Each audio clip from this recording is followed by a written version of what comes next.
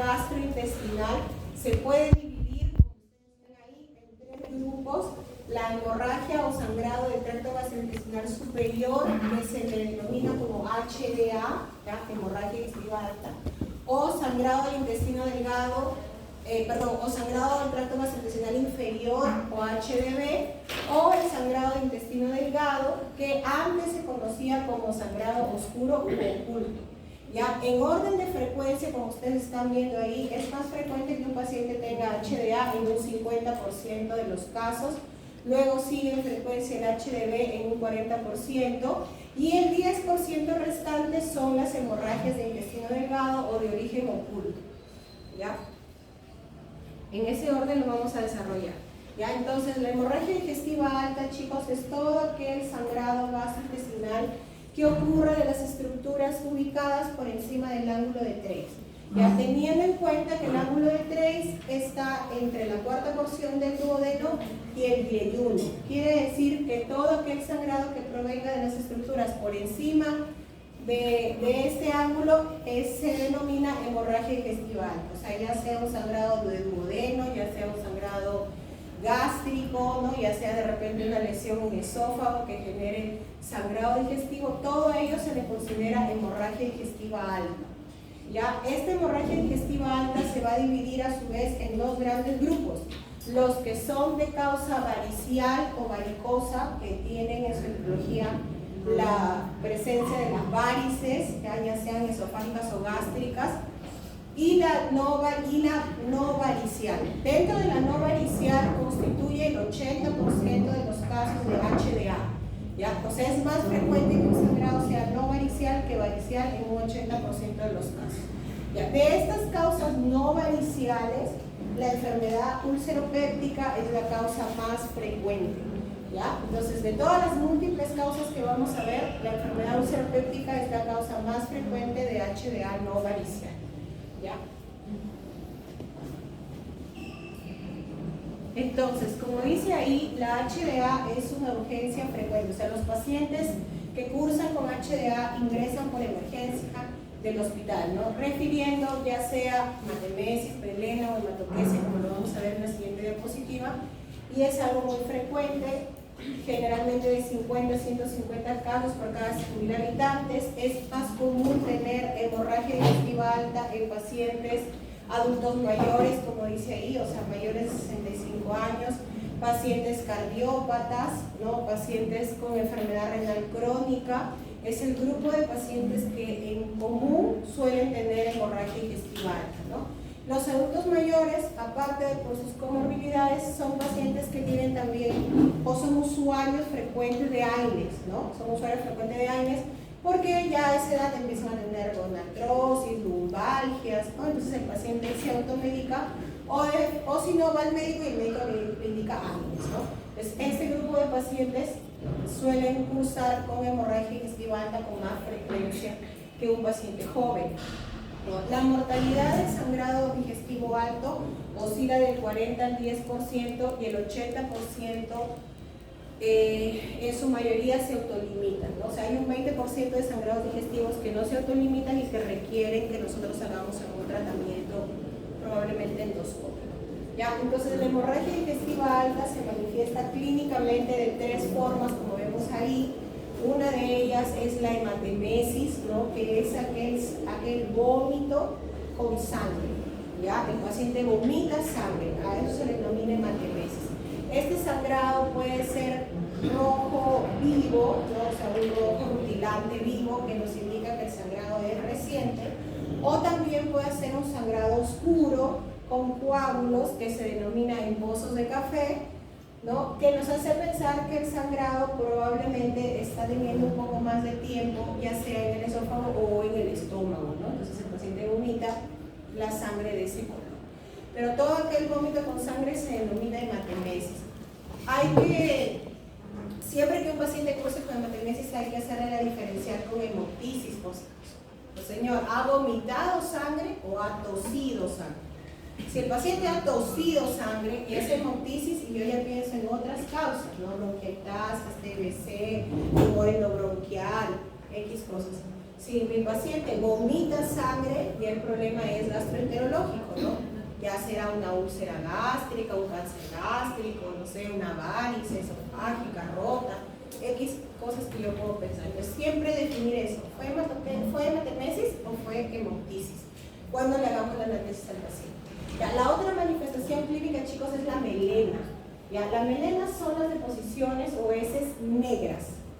Negras, oscuras, como brea, como el alquitrán, como el asfalto, así, negro, negro, así como mi chaqueta. ¿Ya? Entonces el paciente nos va a referir, no necesariamente melena, ¿no? Él nos va a decir, doctor, doctora, estoy haciendo oscuro, esa es la expresión. Yo estoy teniendo heces oscuras, doctor.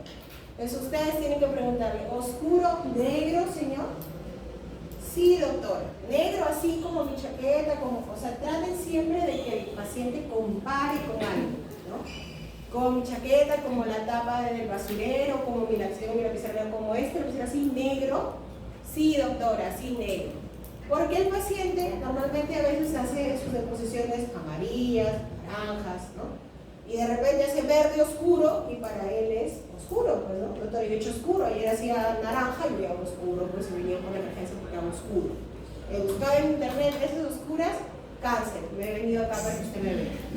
Entonces, con el internet pones esas oscuras, lo primero que te va a decir, tienes cáncer, tienes sangrado digestivo, tienes úlcera. Entonces, siempre que venga un paciente que nos diga esas negras, hay que hacerle el comparativo. Si es que es negro, así como algo que ustedes sean comparar, mi chaqueta, mi lapicero, negro, oscuro. ¿Ya? Y otra característica es de que la melena tiene muy mal olor. Normalmente las heces huelen mal, ¿no? No creo que acá nadie haga soluciones que huelan a rosas y limón. Las heces huelen mal, pero la melena es un olor el triple vez peor. Desde que uno entra y melena, así como ahorita que yo he entrado y huelo papa frita, hamburguesa, no sé qué andan comiendo acá, así igualito. Entran a una sala, todo huele a melena.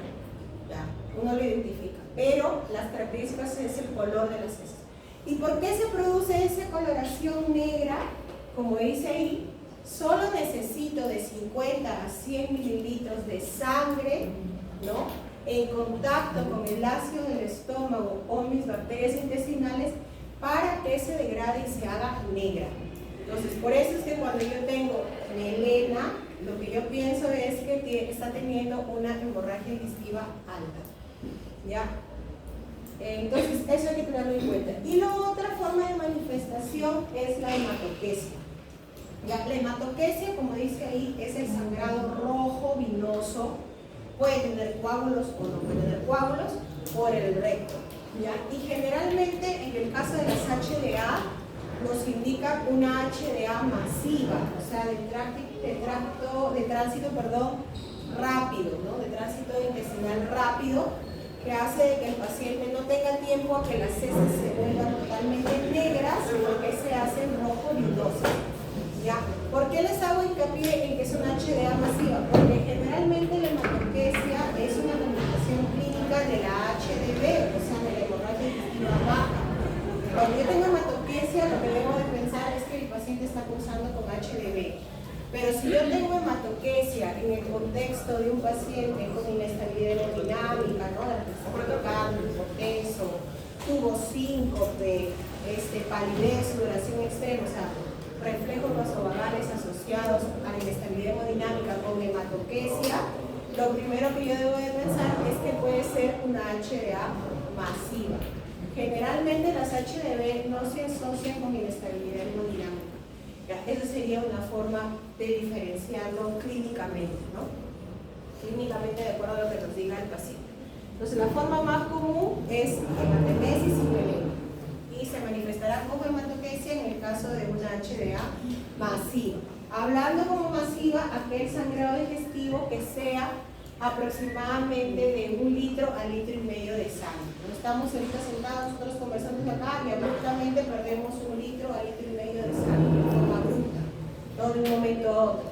¿Qué vamos a tener? Palidez, sudoración, síncope, pero que se desmayan por ahí, ¿no? Y el sangrado y la hipotensión y la taquicardia. Cuando eso sucede, lo primero que debo pensar es HDA masiva versus una HDB. Haré mi estudio alto para ver si hay alguna causa en la parte superior y si no, ya recién le hago el estudio bajo. Ya, las causas más frecuentes de sangrado intestinal, como les digo, si lo dividimos en dos bloques, dentro de las no variciales, la primera causa es la enfermedad úlcero-péptica, ¿ya? O sea, úlceras ya sean gástricas o ya sean duodenales. Por AINES, como vimos en la clase anterior, o por Helicobacter, que también es una de las etiologías, pero al final el paciente viene por HDA. Ya, otra de las causas son las esofagitis erosivas, vimos la complicación del eje, ¿no? Formación de erosiones, úlceras en la parte inferior del esófago. El paciente puede cursar con hematemesis o con melena, ¿no? Es otra causa. Tumores gastrointestinales altos, o sea, el cáncer, ¿no? El cáncer de esófago, el cáncer de estómago, el cáncer del duodeno, también se puede manifestar como una hemorragia digestiva alta. La presencia de angiodisplasias, ya las angiodisplasias son vasos sanguíneos anormales de vasos que aparecen en la mucosa gastrointestinal alta, o sea, duodeno, estómago y estómago, de esas ocasiones, estómago y duodeno, y generalmente ocurre en pacientes adultos mayores, nefrópatas, cardiópatas, diabéticos. En ese grupo de pacientes es común esta neoformación de vasos y estos vasitos sanguíneos sangran, ¿no? Sangran, entonces el paciente puede cursar con HDA. Ya, el desgarro de Mallory Weiss, chicos, el desgarro de Mallory Weiss es una laceración que ocurre en la parte inferior del esófago, producto de las arcadas que hace el paciente durante el vómito, ¿no? Y aquí sí hay que diferenciar clínicamente cómo se presenta un paciente con probable desgarro de Mallory Weiss. ¿Ya? Normalmente un paciente que cursa con hematemesis lo primero que hace es vomitar sangre, o sea, vomita directamente sangre, ¿no? Doctora, yo me dieron ganas de vomitar, fue al baño y boté sangre, así te dice. ¿Ya? Cuando yo sospecho de un desgarro de Mallory Weiss, lo que el paciente me va a decir es: doctora, yo fui al baño y estuve vomitando, vomité bilis, vomité comida, vomité, no sé, un moco blanco, y de ahí como la quinta vez que vomité, vi sangre. O sea, no vomita directamente sangre, vomita cualquier otro contenido que pueda haber en el estómago, ¿no? Porque este paciente, ¿por qué hace el desgarro? Porque hace arcadas a repetición, o sea, él está vomitando, vomitando, vomitando, y en una arcada mayor que hace el esfuerzo por vomitar, es donde ocurre esa laceración de la unión esófago-gástrica, y por lo tanto, como hay una laceración, un corte, eso va a emitir sangre y el paciente vomita sangre, ¿no? Pero vomita sangre después de vómitos de otro tipo de contenido. ¿En qué grupo de pacientes es frecuente el desgarro de Mallory Weiss? En las embarazadas, por ejemplo, sobre todo los que están en el primer trimestre, ¿no? Que tienen mucha náusea, mucho vómito, ¿no? Incluso hay una patología ahí que es la hiperemesis gravídica, cuando esta emesis es mucho mayor de lo normal, mucho más frecuente de lo normal, pueden cursar con la de Mallory Weiss. ¿Quiénes también? Los borrachitos, pues los resaqueados, los que se van de fiesta y toman todo lo que hay y al día siguiente están resaqueados, pues, ¿no? ¿Y qué les da? Ganas de vomitar. Van al baño y vomitan todo lo que tomaron, todo lo que comieron, ¿no? Y en el quinto vómito, como ya no hay nada que botar de ese estómago, ¡pac!, aparece la sangre. En ese grupo de pacientes. ¿Quién es más? De repente un paciente que tiene una intoxicación alimentaria, de repente un paciente que está con una gastroenterocolitis aguda, también puede tener vómitos y diarrea, ¿no? Y en el quinto vómito o cuarto vómito hace el sangrado. O sea, la clínica del paciente del desgarro de Mallory Weiss es diferente de un paciente que venga con hematemesis franca directa, ¿no? Doctora, yo me fui al baño, estaba sentado y me dieron a meter sangre, diferente. Ya, erosiones gástricas y duodenales. Recuerden que no solamente se pueden formar úlceras por el consumo de aire, sino también vimos que podría haber una gastropatía erosiva, ¿no? Formarse erosiones. Si son múltiples, ¿no? O sea, todo el estómago lleno de erosiones, lógicamente también puedo tener HDA, ¿no? Ya sea melena o hematemesis. Y la lesión de Dulafoy, que es una alteración en la cual se forma una arteria aberrante que atraviesa la mucosa gástrica y el paciente puede tener sangrado. Generalmente el Dulafoy es característico de sangrados masivos, ya masivos, o sea, asociados a inestabilidad hemodinámica. Ya, chicos, acá vemos un ejemplo de la úlcera, igual lo vimos en la clase anterior, ¿no? Ahí está la úlcera, como ven ahí, una lesión circunscrita de bordes elevados, la base es una fibrina blanca con un punto ahí medio rojito de hemantina, y como dice ahí, la úlcera péptica es el responsable del 50% de las hemorragias digestivas altas no variciales. Ya, no variciales. Y como dice ahí, esas úlceras pueden ser por AINES, por HP, este es el desgarro de Mayer-Weiss, esto es lo que yo les decía, ¿no? Este es el cambio entre el esófago y el estómago. Si alguno de ustedes en su práctica ya lograron ingresar endoscopías, deben haber notado que cuando uno ingresa por el esófago, es como un tubito, se ve así medio rosadito, y cuando uno cambia hacia el estómago, o sea, pasa hacia el estómago, se ve medio asalmonado, medio naranja, es otro color, ¿no? Esta zona de acá es la zona de la unión esófago-gástrica, y aquí, donde están las flechitas, es donde vemos este corte, ¿no? Corte, laceración, desgarro, si quieren llamarlo. Entonces, como es un corte, va a sangrar, el paciente puede tener hemorragia digestiva alta, ¿no? Entonces, desgarro de Mayer-Weiss es un ejemplo.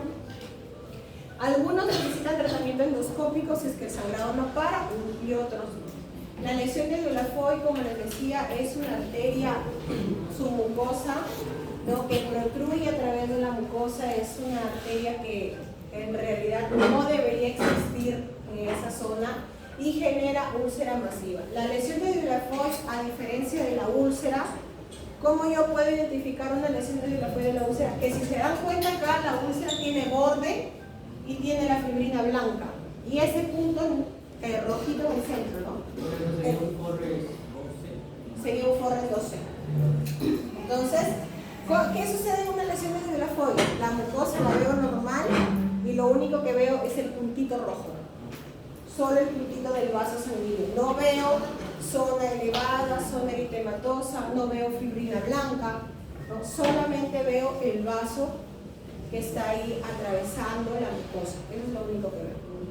Endoscópicamente hablando, ¿no? Las lesiones de Cameron son úlceras que se pueden formar en esta zona, ¿no? Cuando un paciente tiene hernia hiatal, ¿ya? O sea, cuando hay hernia hiatal, lo normal es que este término del esófago coincida con el inicio del estómago, estén juntos. ¿Ya? Acá, si se dan cuenta, hay un espacio. Acá es donde se forman las úlceras de Cameron, que son úlceras que se forman en las hernias hiatales. ¿Ya? Entonces esas son las causas más frecuentes. Cáncer gástrico también es una causa frecuente de HDA, ¿no? En la valoración inicial del paciente, ¿qué es lo que yo debo evaluar cuando tengo un paciente que cursa con hemorragia digestiva alta, ¿no? Primero, los antecedentes, ¿no? Si el paciente tiene enfermedades previas, como les digo, si es renal, si es cardiópata, si es nefrópata, si consume algún tipo de medicamento, ¿verdad? AINES, aspirina, anticoagulantes, ¿no? Eso es lo que yo debo de preguntar. Y si está consumiendo esto, la frecuencia y el tiempo, ¿no? Si hay antecedentes familiares, oncológicos directos, de cánceres, ya sea gástricos, esofágicos, también es importante preguntar, ¿no? Y si ha tenido algún otro síntoma asociado a la melena o a la hematoquesia, ¿ya? Y cuando nosotros hacemos nuestro relato cronológico, chicos, por ejemplo, si el paciente nos dice que ha tenido vómitos con sangre, cuando ustedes describen en su historia clínica, ustedes deben de poner, ¿no? Paciente refiere vómitos con sangre, ¿no? Aproximadamente 250 mililitros por vez en 5 oportunidades. 2 días antes de ingreso, paciente presentó 10 vómitos de contenido sanguinolento asociado a palidez. O sea, lo que pasa es que ustedes cuando hacen su relato cronológico tienen que hablar de la semiología, en este caso del vómito, ¿no? Si vomita sangre, la cantidad, ¿no? ¿Cuánta cantidad vomitó? Doctora, no sé cómo le puedo decir al paciente cuánto vomitó. El paciente me dirá, poquito, doctora, poquito, ¿no? O un balde, doctora, te dice, un balde, usted me está hablando normal, o sea, un balde, 1,5 litros de sangre, te va a estar hablando como si no tuviera nada, no tiene mucha lógica, ¿no? El paciente puede aminorar, porque es subjetivo, ¿no? Yo veo bastante o a mí me parece poquito. Entonces, ¿cómo lo podemos objetivar? Con medidas que ya tenemos claras, ¿no? Por ejemplo, una taza más o menos mide 250 mililitros, ¿no? Señor, de una taza, ¿cuánto vomitó? La taza llena, doctora. Entonces, 250 mililitros por vez aproximadamente. No, doctora, un cuarto de taza o la mitad de taza. O no, doctora, una cuchara sopera, más o menos son 10 mililitros, ¿no? Pues más o menos en aprox, porque nosotros tenemos que cuantificar. Una cosa es que yo vomite 30 mililitros, o sea, una sola vez, y otra cosa es que yo vomite 30 mililitros 20 veces, ¿no? Ahí estoy vomitando mayor cantidad. Pues eso cuando hagamos nuestra descripción en el examen anamnésico, o sea, cuando le preguntemos al paciente, digamos, nuestro relato cronológico.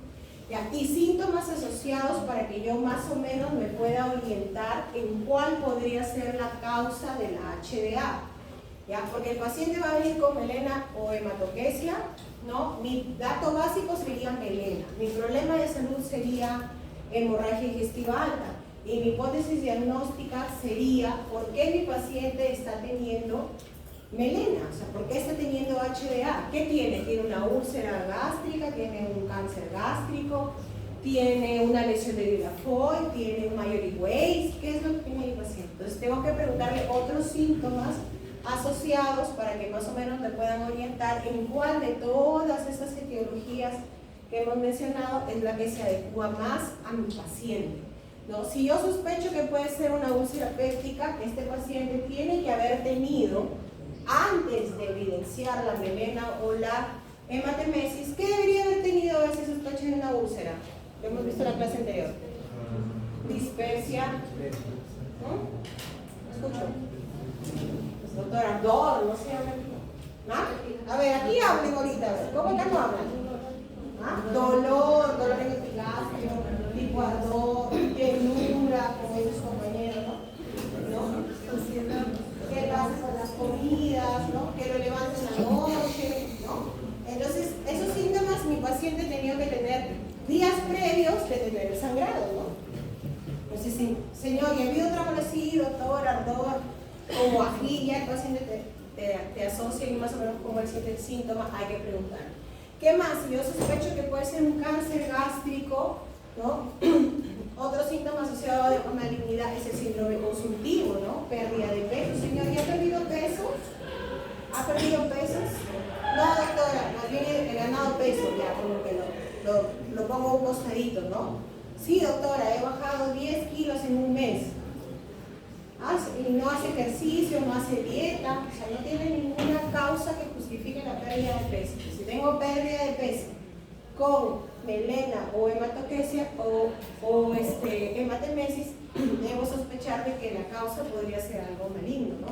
Que justifique mi pérdida de peso tan grande en un mes, ¿no? Una cosa es que yo pierda 2 kilos en un mes, ¿no? De repente si me pongo a régimen hasta 3 kilos en un mes, pero 10 kilos en un mes, ¿no? Es demasiado, entonces algo tiene que tener adicional el paciente.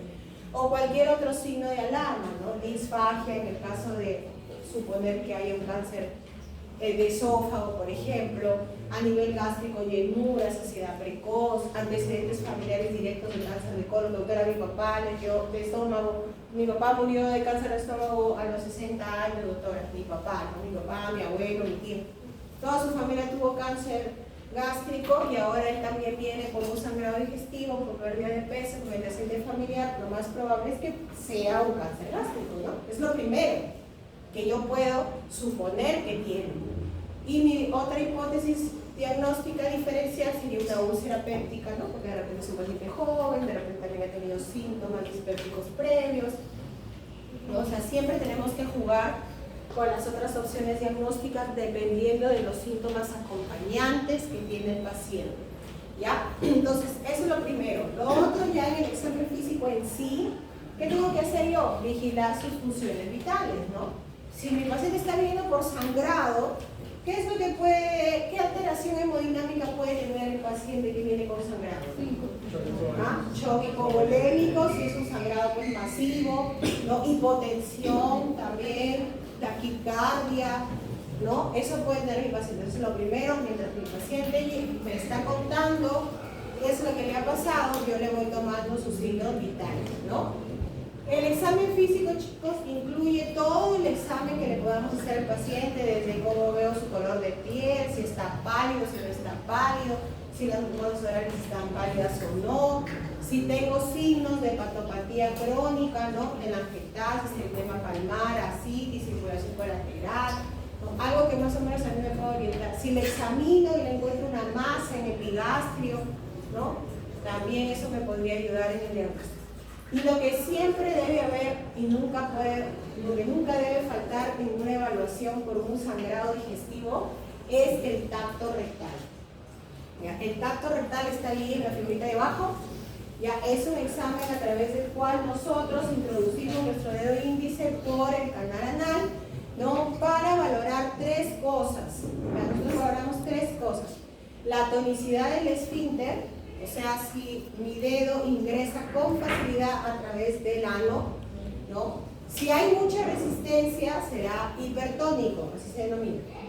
Si no hay resistencia y pasa normal mi dedo como si nada, será hipotónico, ¿no? No hay la resistencia del esfínter al ingreso de mi dedo.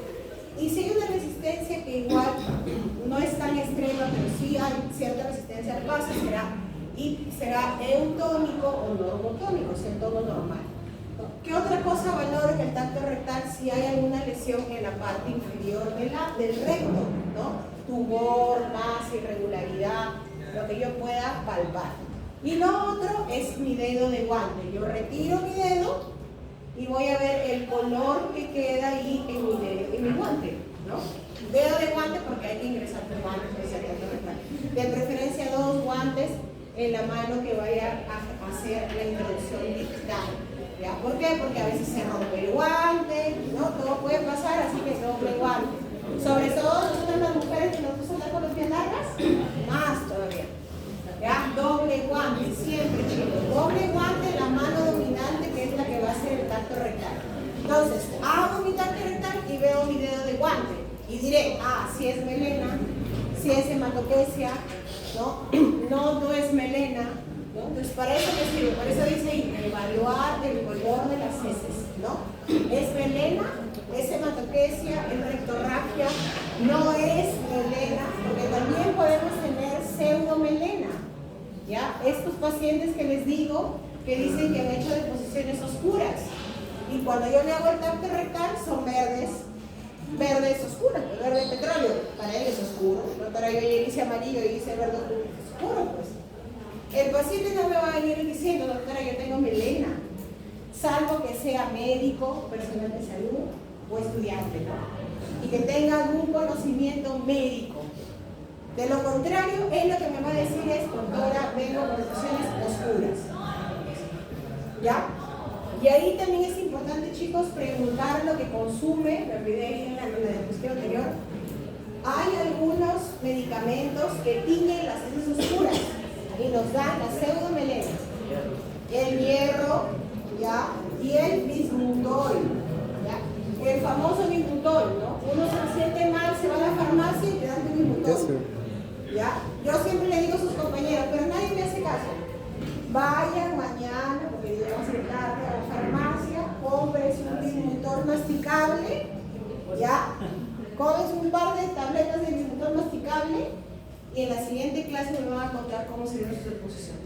Entonces se van a dar cuenta que sale oscuro, sale plomo, medio negruzco. Entonces el paciente mira, negro, ¿no les digo? Para ellos es negro.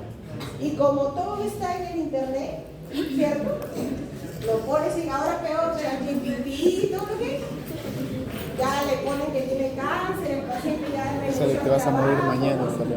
Le dio todo, se puede ir a ¿quieres? Como quiero que hace tacto rectal, no es plomo, señor, ya renunció todo. ¿Ya? Entonces pseudomelena, eso se llama pseudomelena, o sea, una falsa melena. Ya hay que preguntarle eso también al paciente. Señor, ¿ha tomado bismutol? ¿Ha tomado algún complemento de sulfato ferroso? ¿No? A veces, ahora todo lo que es comercial hay que preguntarle el nombre y si no lo sé, lo busco como que será el genérico de ese producto. Hay bastante gente que ahora toma vitamina para todo, ¿no? Ahí de repente está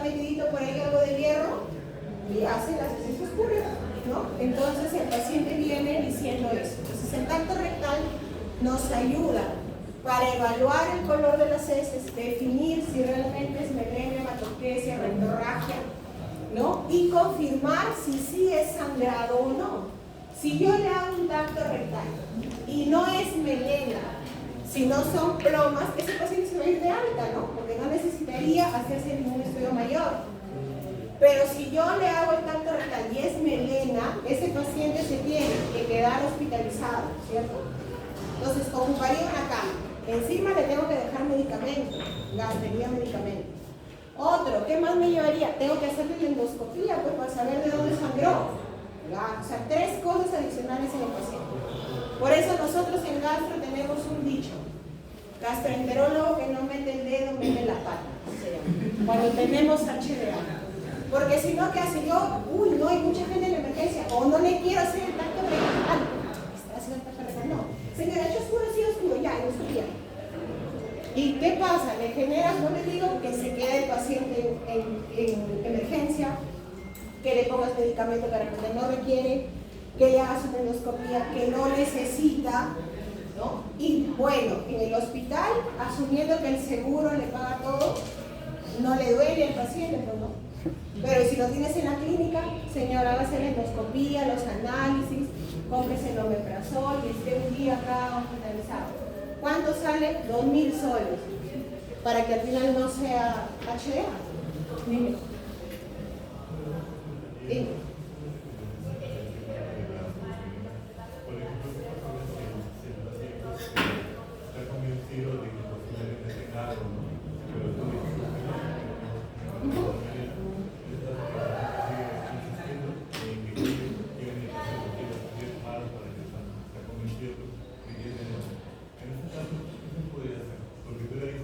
Si está convencido y lo puede pagar, que se haga su endoscopía. Me avisa.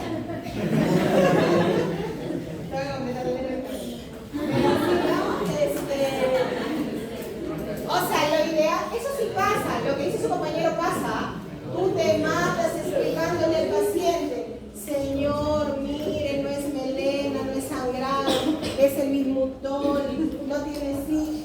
Y el paciente, no, doctora, no. A mi vecino le pasó igual y tenía un cáncer. Es clásico eso. Entonces, si el paciente lo quiere hacer, es que en el seguro nosotros no podemos indicar un examen porque el paciente me viene a exigir que yo le haga. ¿Tiene criterio o no tiene? Ahora, si es fuera, como te digo, si es privado, se hace si lo que quiere. Pues si quiere, señor, le hago para que esté tranquilo y le hace su endoscopia. Pero en realidad no está indicado. O sea, por la presión del paciente no, porque el paciente siempre va a venir más chicos en la era de ustedes. Uy, no, el paciente ya viene ya con todo, ya. Viene hasta con el tratamiento. Entonces dice, doctor, ¿y qué me va a dejar? ¿Y para qué sirve? ¿Y cuál es el mecanismo de acción? A mí me tocó un día un paciente. Doctora, dígame, ¿y cuál es el mecanismo de acción del fármaco? Y yo, señora, actúa sobre tal. Ah, ya. Porque yo he leído, doctora, de que pacientes que tienen tal enfermedad no se puede dar. Y yo, doctora, sufro de arritmia. Entonces usted me está diciendo, sí, señor, pero no es su arritmia, es otro tipo de arritmia. Ah, ya, doctora. Pero ya, o sea, ya te cuestiona el paciente. Ya no es como antes de que, ay, me lo dijo el doctorcito, ya, el onipotente, le llegó a hacer caso al doctor. No, ahora el paciente cuestiona. Doctora, ¿por qué me da este medicamento? Yo he leído en el inserto, ese ya es el más tomado. Se sacan el inserto, porque todos los medicamentos son inserto, y una vez vino uno así, subrayado todavía con el recetador. Doctora, pero acá dice que no se le puede dar a pacientes renales, dice. Y yo soy renal. Señor, ¿usted toma no pasa nada? No, pero acá dice, pues, sácale la O sea, los pacientes ya vienen así, de frente, chicos, ahora. Ustedes, como les digo, más. Pero aún así, tú fiel a tus principios, tus conocimientos científicos, de que decirle, no señor, yo no le voy a dejar. No, porque no amerita, porque no. Ahora, si el paciente te dice, doctor, pero yo igual quiero que usted me haga, porque quiero saber, esa es otra cosa. Afuera de mi institución. Porque como les digo, si nosotros trabajamos para la parte pública, tampoco imaginan, sino todo el paciente me dice, doctora, quiero que me haga mi resonancia, mi tomografía, mi análisis. Y es plata al final, o sea, el paciente no lo ve, pero es plata para la institución. Entonces, Lo ideal es eso. Si el paciente ya es muy insistente y quiere, señor, acá por el seguro, o por, no, si usted quiere hacerlo fuera, está en todo su derecho de hacer su paciente. Pero tú convencido de que tú has hecho tu evaluación y que eso no es. Ahora, si tú evalúas y dices, ¿es o no es? Que también puede darse, ¿no? Dice, uy, no es, mira el libro, cayó la hemoglobina. O sea, viene caída de hemoglobina. Ya, déjale mejor, pues vaya a ser que sí sea, ¿no? Pero en la mayoría de los casos, ¿no? Nosotros decidimos si se hace o no se hace un procedimiento, ¿no? Porque tú no estás evaluando al paciente. O sea, el paciente al final es paciente, ¿no? Tú eres el final que tiene mayor conocimiento, ¿no? Entonces tú te diriges. Ahora, hay pacientes que te exigen, siempre como te digo, fuera, ¿no? En la institución no te pueden exigir. No amerita y listo. Tú con tu sustento, ¿no? No, que no porque me cayó mal el paciente, yo lo voy a hacer, no. Porque yo le hice tanto mental, las heces salieron verdes, eso no es melena, no es hemorragia, ¿no? No es hemorragia ya. Nosotros en el hospital, por el tema médico legal, chicos, ponemos no HDA al momento de la evaluación. Ayer hemos agregado, si no, chicos, no les digo que ahora hay mucho problema médico legal. Ustedes cuando salgan va a ser más. Todo lo que es inteligencia, no escuchan ustedes en las noticias, médico, no quiero inteligencia. Médico, no, inteligencia. Todo es inteligencia. Entonces uno se tiene que proteger. Y la forma de protegerse es esa. Yo a mi evaluación al momento no es neurodigestivo, por lo tanto al momento no necesita endoscopía, no necesita transfusión, no necesita nada. Al momento que yo lo escribí, porque yo no le he encontrado nada, ¿no? Cosa que si luego puede ser que suceda algo posterior, bueno, en el momento que yo lo evalué, no hubo ello. Ya chicos, entonces el tacto rectal nos permite eso, ya confirmar si realmente es melena, hematoquesia, rectorragia, para yo poder seguir con la evaluación del paciente. Y para esto, chicos, todo esto que estamos hablando, desde que el paciente llega, me dice el síntoma, yo lo interrogo, le tengo que ver el examen físico, todo se hace simultáneamente, ¿no? Mientras el paciente llega, tú le estás preguntando, le vas tomando sus signos vitales, señor, va a hacer su tacto rectal, siempre explicándole al paciente también, ¿no? Señor, vamos a hacer tacto rectal, señor, salió tal cosa, vamos a dejar nuestro análisis, vamos a hacer su endoscopía. Todo se hace simultáneo. Todo en el momento que ustedes reciben al paciente. Ya, de acuerdo a los constantes vitales, que es la presión arterial y la frecuencia cardíaca, que es lo primero que se altera en un paciente con sangrado digestivo, ya, de acuerdo a la presión arterial sistólica, de acuerdo a la frecuencia cardíaca, de acuerdo a si se acompaña de algunos síntomas, como dice ahí, de vasoconstricción periférica como palidez, sudoración, o si hay afectación renal, en el caso de que el paciente tenga una hipotensión sostenida y haga una injuria renal, todos esos síntomas nos ayudan a poder determinar la gravedad del sangrado, ¿ya? Que puede ir desde leve, moderado, grave o masivo, como hemos estado hablando, ¿no? En el cual en el masivo, como vemos ahí, ya vamos a tener un shock hipovolémico, ¿no? O sea, que el paciente, que yo le voy a tomar su presión, está hipotenso, ¿no? Voy a colocarle sus fluidos para lograr tratar de mejorar esa hipotensión, pero a pesar de los fluidos, el paciente no recupera la presión al valor normal, ya le pasa cristaloides, ya le pasa coloides, ya de repente hasta le transfundo también para ayudar a mejorar la volemia y no mejora, y necesita el uso de medicamentos vasopresores, entonces yo ya lo denomino shock hipovolémico, ¿no? Porque no responde a nada de mi terapéutica que yo le estoy iniciando al paciente, ¿no? Y un paciente con shock hipovolémico va a tener probablemente trastorno del sensorio, ¿no? Síncope, puede estar en coma incluso, ¿no? Puede tener injuria renal aguda prerrenal, ¿no? Una injuria renal aguda prerrenal por la hipovolemia, por lo tanto el paciente puede dejar de orinar, ¿no? O tener anuria. ¿Hasta cuándo ¿hasta cuánto se denomina anuria? ¿Y hasta cuántos mililitros se denomina oliguria? A ver, ¿alguno de ustedes? Anuria menos de 100, creo. Menos de 100 mililitros. Sí, menos de 100. Menos de 200. Menos de 600. ¿Quién más? ¿Quién menos? ¿Menos 500? ¿Sí? ¿Oliguria? ¿Todos? ¿Sí? Ya la tenía en mi mente 400. Anuria 100, menos de 100, anuria, ya, anuria menos de 100, y urea menos de 400. ¿Ya?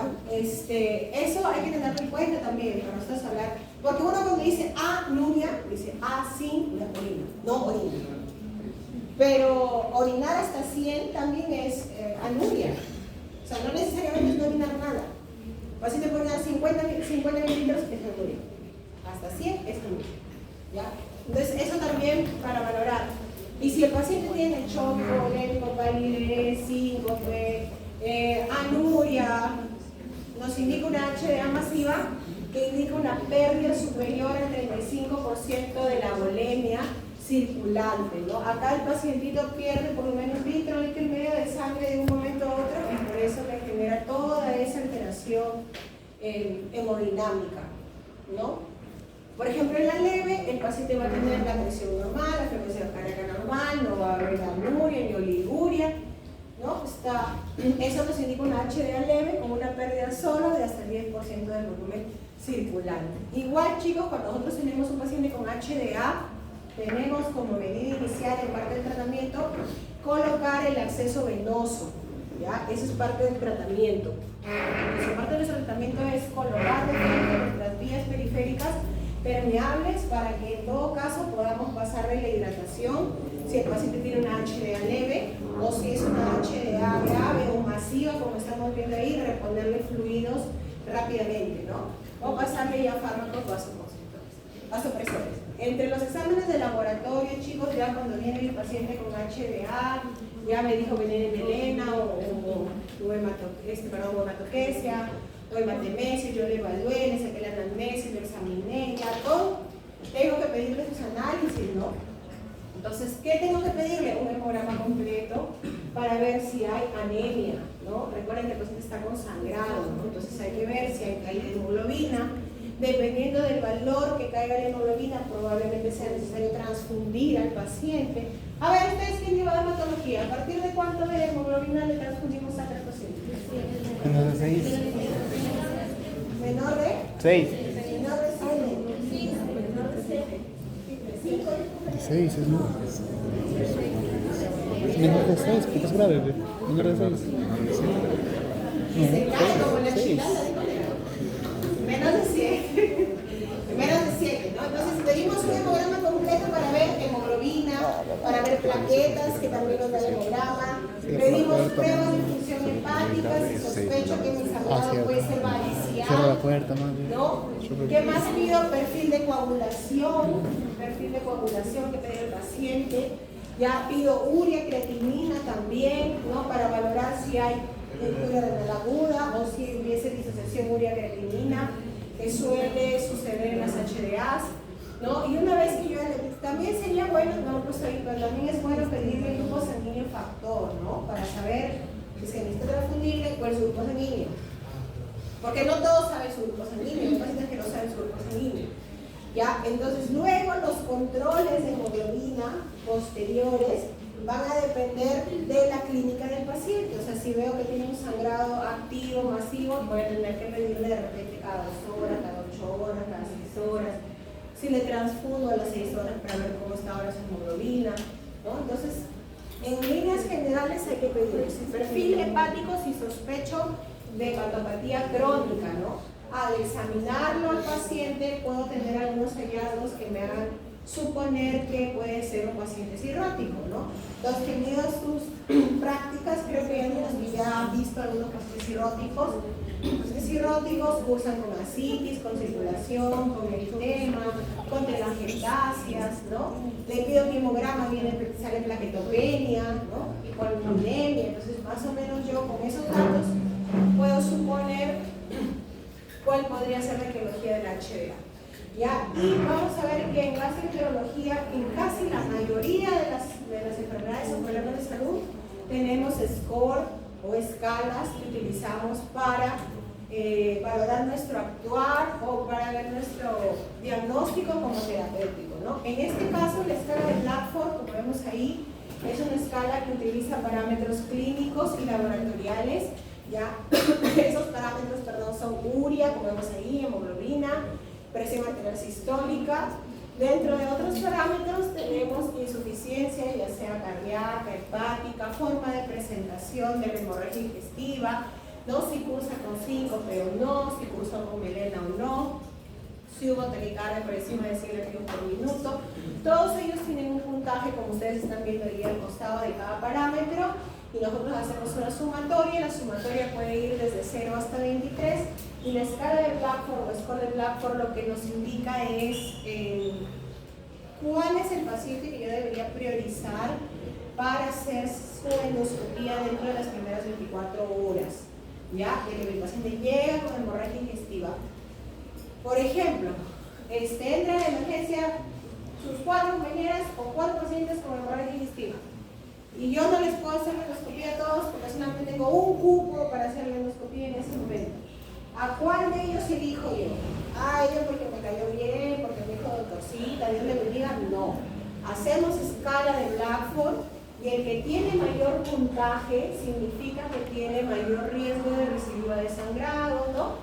Mayor riesgo probablemente de necesidad de transfusiones y que necesite una endoscopía urgente. Entonces, ese paciente pasa primero. Si su compañera o el paciente tiene 0, ella tiene 5, tiene 3, tiene 23, ella pasa primero porque tiene mayor puntuación por la escala de Blackford. Ya, lo que yo siempre les digo, si tuviésemos un sistema de salud ideal, esa pacientita que tiene 0, cuyo riesgo de resangrado es mínimo, no necesita hacer una endoscopía urgente, se podría ir de alta y regresar mañana pasado para que yo le haga su endoscopía de forma ambulatoria, normal, electiva. Pero como nuestro sistema de salud no funciona así, ustedes saben, no hay citas, ¿no? Siempre saben, no hay citas. El paciente de repente no se atiende directamente en el Almanzor, sino en el Pomal, que el Tumán, y tienen que llegar a 3 hospitales para que se lo manden al Almanzor. Hasta eso pasó 2 años, y era una endoscopía y no encuentro nada ya. Ni erosión, ni úlcera, ni cicatriz, nada. Y si fue un cáncer, ya no llega ni el paciente, porque ya pasó mucho tiempo. Entonces, ¿nosotros qué hacemos? A todos los pacientes que vienen por HDA, a todos les hacemos endoscopía. Utilizamos el score de Blackford para poder priorizar al pasa primero, en todo caso. Ya, chicos, esos son los parámetros. No es necesario que se aprendan todos los valores por si acaso, pero sí que tengan una idea de qué parámetros son que se valoran. Ya, este es el score de Rockall. En el score de Rockall, chicos, ya valoramos parámetros endoscópicos. Entonces, el score de Blackford es preendoscópico, es para saber a quién le hago su endoscopía más rápido que a otro.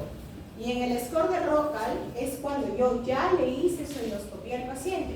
Y lo que voy a valorar es el riesgo de resangrado y mi conducta terapéutica en el paciente según el riesgo de resangrado que tenga. ¿Ya? Acá vamos a valorar edad del paciente, como vemos ahí, estado circulatorio, o sea, la presión arterial, si hay shock, si no hay shock, si tiene taquicardia, si está hipotenso, enfermedades asociadas, también dan puntaje, como ven ahí, diagnóstico endoscópico, ¿no? ¿Qué encontré yo en la endoscopía que justificara la HDA? Encontré un desgarro de Meyery Weiss, encontré una úlcera, encontré una neoplasia, encontré una úlcera con signo de sangrado activo, ¿no? Y hago una sumatoria, como vemos ahí, sumo de acuerdo con el paciente, y si va de 0 a 2 puntos es un riesgo bajo de sangrado con una recidiva del 5% y una mortalidad de 0.1, y mi conducta terapéutica sería que este paciente que tiene un score de Rockall de riesgo bajo de resangrado puede irse de alta a su casa. Puede comer, puede ir con su inhibidor de bomba de protones vía oral, ¿no? El paciente se puede ir de alta a su casa, ¿no? Ahora, si en el puntaje yo lo catalogo como un riesgo intermedio que va de 3 a 4 puntos o un riesgo alto que va de 5 a 10 puntos y yo sumo y sale de 5 a 10 puntos, mire, la recidiva de sangrado es del 25% y la mortalidad se eleva al 17%. ¿Qué quiere decir? Que si yo tengo un paciente con riesgo intermedio o alto de resangrado, ¿ese paciente se va a ir a su casa? No se va a ir a su casa, ese paciente se tiene que quedar hospitalizado. Incluso ni siquiera en una sala común de hospitalización como vemos nosotros, ese paciente se tiene que quedar monitorizado en un área de emergencia probablemente shock trauma, de manera de observación, en donde le puedan estar tomando su presión, su frecuencia cardíaca, y controlando su hemoglobina, si necesita transfundirlo urgente de emergencia, ¿no? Ya, entonces eso lo valoro, ya chicos, y cada 24 horas yo voy valorando a mi paciente, viendo si hay alteración hemodinámica, viendo si hay hemoglobina, viendo si hay evidencia de nuevo episodio de sangrado, ¿no? De repente, doctora, ya no había sangrado y ayer volvió a hacer hematemesis, el paciente está resangrando. Si es que no ocurre ello, le puedo ir iniciando la dieta líquida, no siempre iniciamos progresivamente, incluso ya si no hay inestabilidad hemodinámica, no hay evidencia de nuevo episodio de sangrado, no hay caída de hemoglobina, está tolerando la dieta, ese paciente ya puede ir de alta. Pero no va de alta inmediatamente después de la endoscopía, va de alta posterior, porque yo tengo que monitorizarlo, porque su riesgo de resangrado es alto. Ya chicos, si no, este paciente se va a su casa y como estuvo sin comer, come y ahí nuevamente puede sangrar. Ya, esta es otra puntuación, el score de I-65, como vemos, A de albúmina, I de INR, M de trastorno del sensorio, S de presión sistólica y 65 de edad. Se da un puntaje por cada parámetro y si el puntaje es mayor de 3 también nos indica alta mortalidad en un paciente con HDA. ¿Ya? Pero de esas tres, la que nosotros usamos es Blackford y Roper. ¿Ya? Y la endoscopía alta es el examen diagnóstico de elección. ¿Cómo voy a saber si es una úlcera, si es un cáncer, si es una varice esofágica, si es una varice gástrica, si es un delafoide, no sé? ¿Cómo voy a saber? Haciéndole la endoscopía alta, ¿no? Introduciendo ese dispositivo que tiene una camarita para mirar esófago, estómago, primera y segunda porción de duodeno y confirmar mi hipótesis diagnóstica, ¿no? Si es una úlcera péptica y yo encuentro mi úlcera péptica, efectivamente esa es la causa del sangrar. ¿Ya? Debe hacerse dentro de las primeras 24 horas que el paciente presente el evento de la hemorragia digestiva alta, y la endoscopía no solamente nos da diagnóstico, sino también nos ayuda a hacerle tratamiento. Ya, a través de la endoscopía yo puedo introducir pinzas, agujas, clips, dispositivos para cauterizar, ¿no? Entonces también me permite hacer tratamiento de la hemorragia digestiva, ¿ya? En el momento en que yo hago una endoscopía. Y aquí tenemos una escala que es la escala de Forres, que es una escala endoscópica, ¿ya? O sea, esa es la escala endoscópica de las úlceras pépticas. ¿Ya? Yo hago una endoscopía y dependiendo cómo encuentre mi úlcera, la clasifico según esta escala de Forres. ¿Ya? Y como vemos ahí, por ejemplo, en la 1A, que vemos ahí, 1A, para estos Forres tiene 1, 2 y 3. ¿Ya? En la 1A vemos un sangrado activo, en jet, a chorro, en proyectil, si quieren llamarlo, ¿no? Ahí vemos el sangrado de la parte superior. Ingreso, hacer mi endoscopía y encuentro que el paciente está sangrando y sangra y sangra. Forres 1A. En la 1B también tengo un sangrado activo, pero ya no es en jet ni en proyectil, sino es en napa o en babeo, ¿no? O sea, lateralizado va el sangrado, no en proyectil, sino lateralizado. Pero es un sangrado activo, porque yo estoy entrando y estoy viendo que está sangrando. Acá en la 2A, en la parte superior, yo ya no veo sangrado activo, yo lo que veo parece como un botoncito, ¿no? Un chupito ahí en la parte superior. Ese es el vaso visible, está el vasito ahí. Mira, a mí no me toques, dice ese vaso. Vaso con el endoscopio y de repente insuflo o de repente de casualidad lo rozo, 1A. Se convierte en 1A.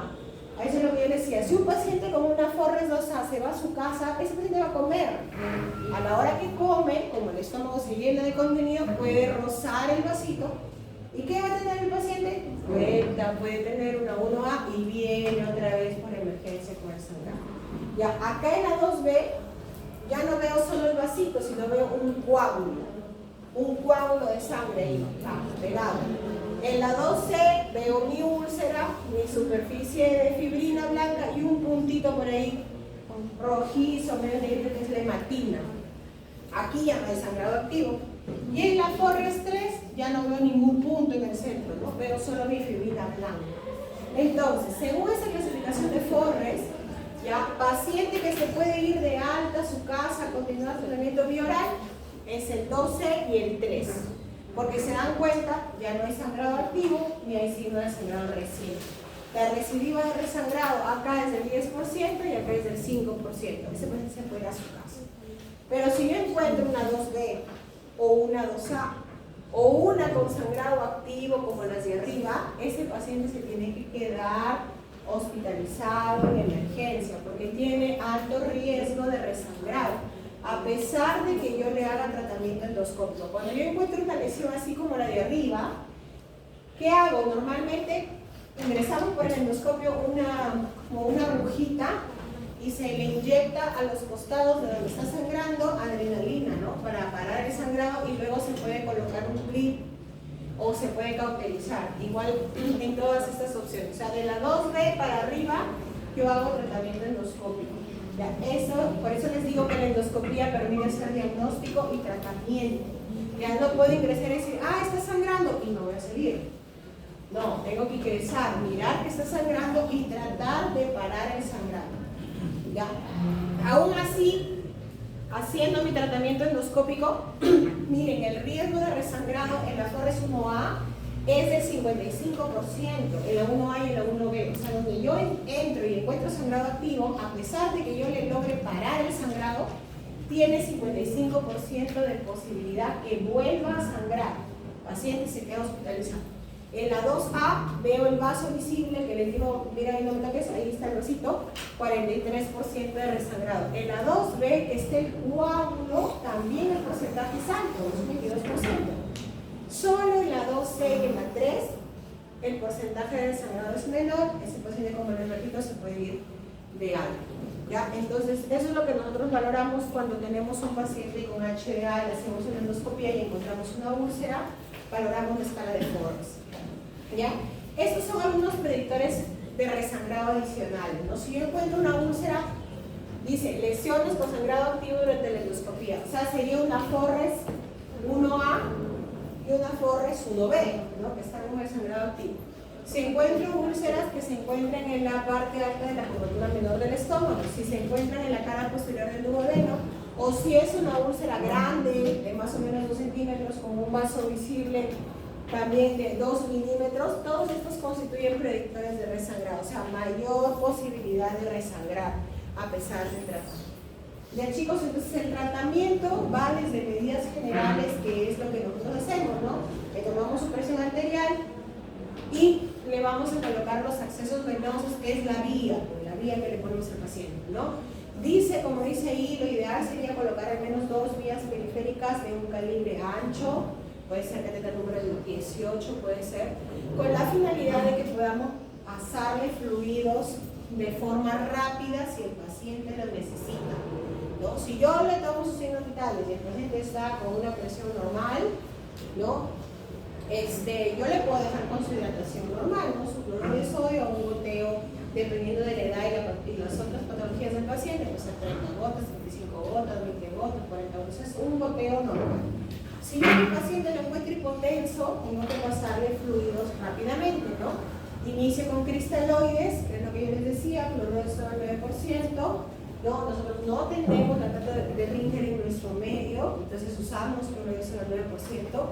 Y si con el cloruro de sodio no mejora mi presión arterial, a pesar de que yo le pase el bono del cloruro de sodio, debo utilizar coloides, ¿no? Dentro de los coloides, la poligelina también viene de 500 mililitros y le puede pasar al paciente, que es un expansor del volumen sanguíneo arterial, ¿no? Entonces me tiende a subir la presión.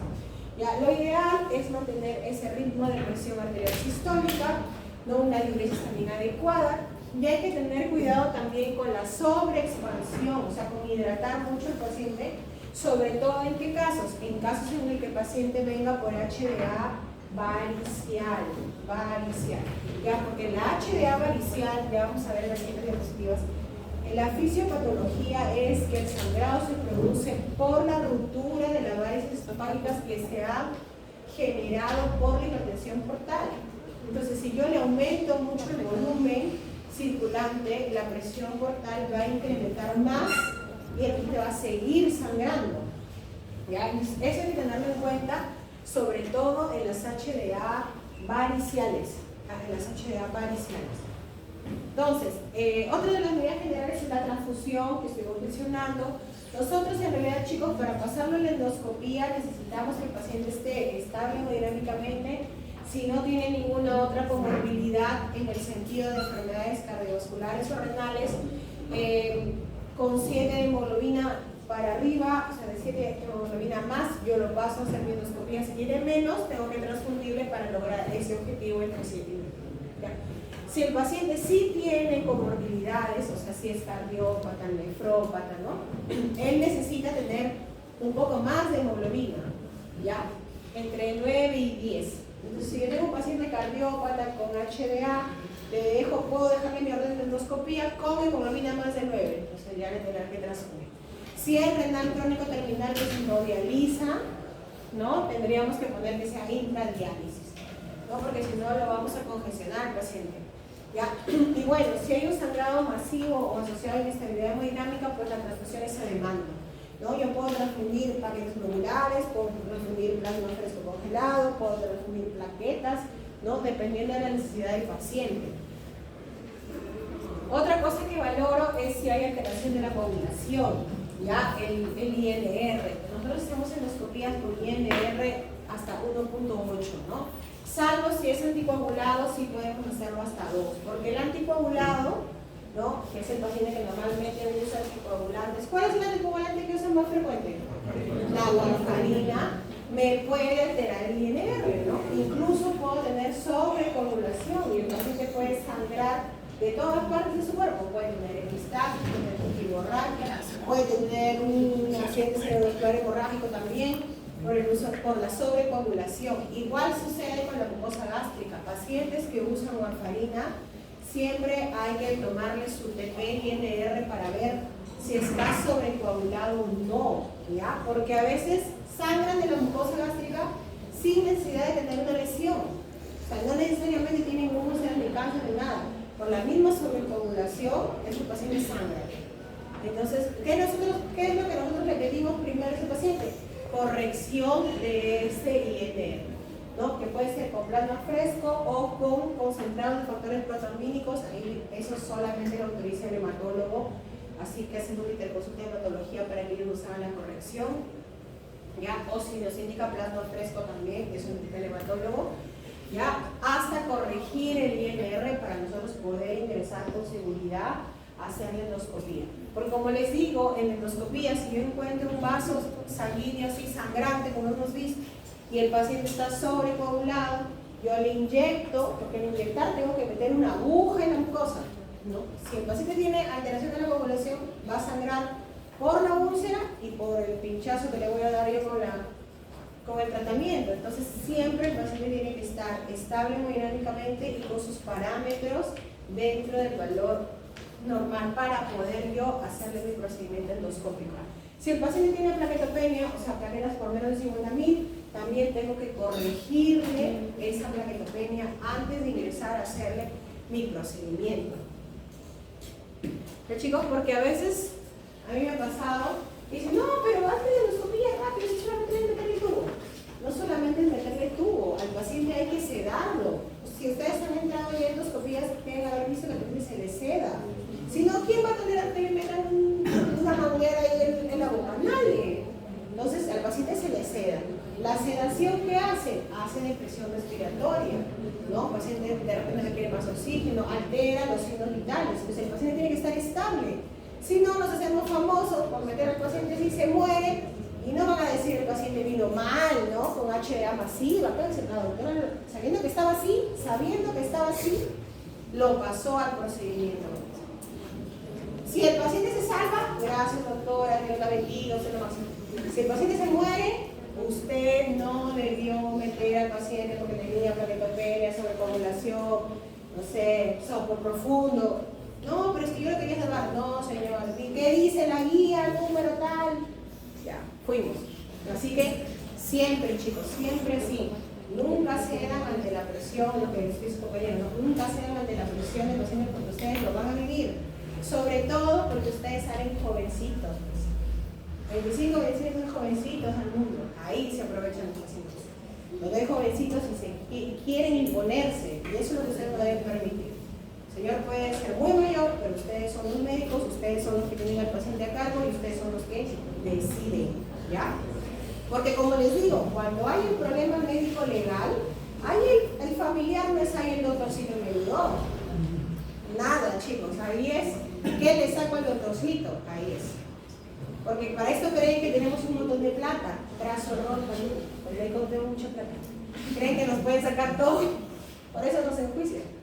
Ya, IBP. ¿Qué damos entonces? Ya, lo tengo a mi paciente, me dijo que tenía hematelesia, invelene, hematoquesia, me examiné, le hice el tacto, me explicó todo cómo era, le pregunté, y ahora, aparte de la hidratación o la fluidoterapia, tengo que darle un tratamiento farmacológico preendoscópico, asumiendo cuál es la causa que yo considero es la etiología del sangrado digestivo de mi paciente. Si sospecho que es no varicial y yo sé que la mayoría de sangrados digestivos altos, no variciales, es por úlcera péptica, ¿qué tengo que darle de tratamiento? Para la úlcera péptica. ¿Qué le voy a dar? IBP endovenoso. El más conocido, ¿cómo se llama? Omeprazol. Es el más conocido, ¿no? Ya, el omeprazol viene endovenoso de 40 miligramos, chicos, viene un polvito para diluir. ¿Ya? Y la dosis es un bolo de 80 miligramos endovenoso. ¿A qué se refiere en bolo? Diluyo mi ampollita, ¿no?, con cloruro de sodio y le paso directo por la vena. A eso se refiere en bolo. ¿Ya? Entonces la dosis inicial, cuando yo tengo sospecha de que es un sangrado digestivo no varicial y asumo que es por una úlcera péptica, lo primero que tengo que decir, ok, colóquenle el omeprazol de 40 miligramos, 0,2 ampollas endovenoso en bolo, ¿no? Entonces le coloca a la enfermera, lo prepara y le coloca. Luego de ello lo dejamos con una infusión, o sea, hay que dejarle ya un frasquito que tenga omeprazol y que pase de forma continua, ¿no? Eso que le dejamos ya la vía y continuo que pase. Esa infusión puede ser de 3 hasta máximo 5 días. En ese tiempo se supone que nosotros ya esterilizamos al paciente, si necesitó transfusión yo le transfundí, ¿no? Si estuvo con trastorno del accesorio ya lo mejoré. Entonces en ese interín yo debo hacerle la endoscopía al paciente. Lo ideal dentro de las primeras 24 horas si el paciente está estable. Si no está estable, pues tengo que estabilizarlo primero para poder pasar. Una vez que yo le hago la endoscopía, voy a decidir el tratamiento posterior, dependiendo del hallazgo. Si es una úlcera péptica Forres 12 o 3, esa paciente se va de alta, le suspendo la infusión y lo mando con IBP vía oral, ¿no? Que vaya a su casa y sigue tomando IBP hasta que cierre la úlcera, un promedio de 30 días, ¿ya? Si es un cáncer gástrico, también le suspendo el IBP, porque la etiología del sangrado no es péptico, sino es maligno. Entonces, ¿qué tendría que hacer? Interconsulta cirugía, probablemente lo operen, quimioterapia, etc. ¿Ya? Si es una lesión de linfoide, le pongo el clip y ahí queda. O sea, el tratamiento definitivo va a depender de mi hallazgo endoscópico. ¿Ya? Pero el preendoscópico es así. Entonces, cuando ustedes tengan un paciente con HbA no varicial, aparte de poner su catéter periférico con su cloruro, ¿no?, su fluidoterapia, ¿no?, IBP, eso tiene que ser. IBP, 80 miligramos endovenoso y luego infusión. La infusión, chicos, normalmente nosotros lo preparamos en 250 cc de cloruro de sodio al 9% con 5 omeprazoles dentro, y eso lo pasamos a 10 cc por hora, un microgotero. Y eso se le pasa por 3, máximo hasta 5 días. Como les digo, hasta ese lapso debimos haber nosotros mejorado todo para pasar la endoscopía. Y lo que dice ahí es que el tratamiento con IBP endovenoso disminuye el sangrado activo. O sea, si el paciente está con una 1A y que sangra pues como proyectil, al yo colocarle el omeprazol disminuyo o tengo la posibilidad de que ese sangrado activo pare y se quede de repente como un vaso visible, ¿no?, como una 2A, hasta que yo le haga la endoscopía, ¿no? Y a los que yo ya les hago la endoscopía y les hago tratamiento, ¿no?, ¿eso qué hace? Reduce la residualidad de sangrado, reduce la necesidad de cirugía, ¿no?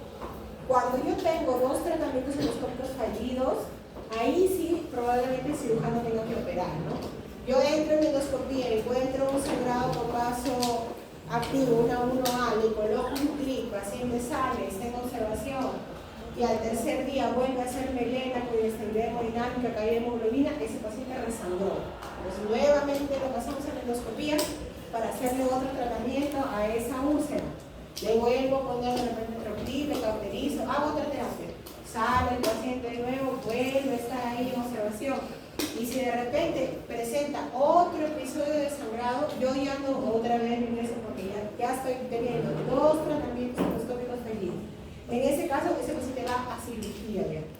El cirujano entra, opera, abre el estómago, ve cuál es la zona que está sangrando, clipa el vaso, lo cierra y se soluciona el sangrado.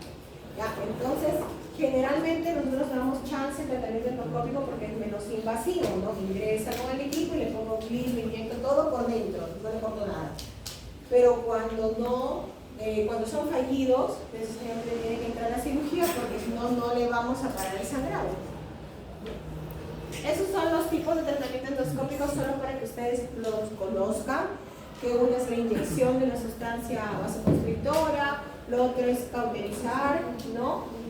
Que es la terapia térmica, mecánica, que es la colocación de clips, así como grapas, ¿ya? Y tópica es, así como los extinguidores que arrojan un polvito para parar el fuego, igual hay unos instrumentos que se llaman spray que arrojan un polvito para parar el sangrado de la mucosa gástrica, ¿ya? Solo para que tengan conocimiento de que existen esos tratamientos endoscópicos.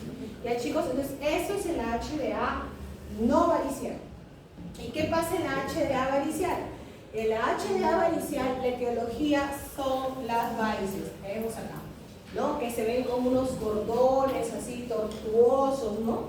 Generalmente se ubican con mayor frecuencia en la parte distal del esófago, ¿ya? Y estas se producen por hipertensión portal, enfermedad que es el primer ejemplo de hipertensión portal, es la cirrosis hepática. ¿Ya? La cirrosis hepática es una de las enfermedades que con mayor frecuencia generan hipertensión portal. Esta hipertensión portal genera la formación de las varices, ¿no? Y estas se dilatan y cuando la presión está por encima de 12 milímetros de mercurio, esta se rompe. Entonces, como es una vena, al romperse, el paciente que va a tener hematemesis. Entonces, el paciente viene por hematemesis. Como la causa es varicial, entonces yo ya no le puedo dar omeprazol, pues, porque el omeprazol es para las úlceras pépticas. ¿Qué le voy a dar? Le voy a dar somatostatina o sus análogos. ¿Por qué? Porque la somatostatina reduce la presión portal.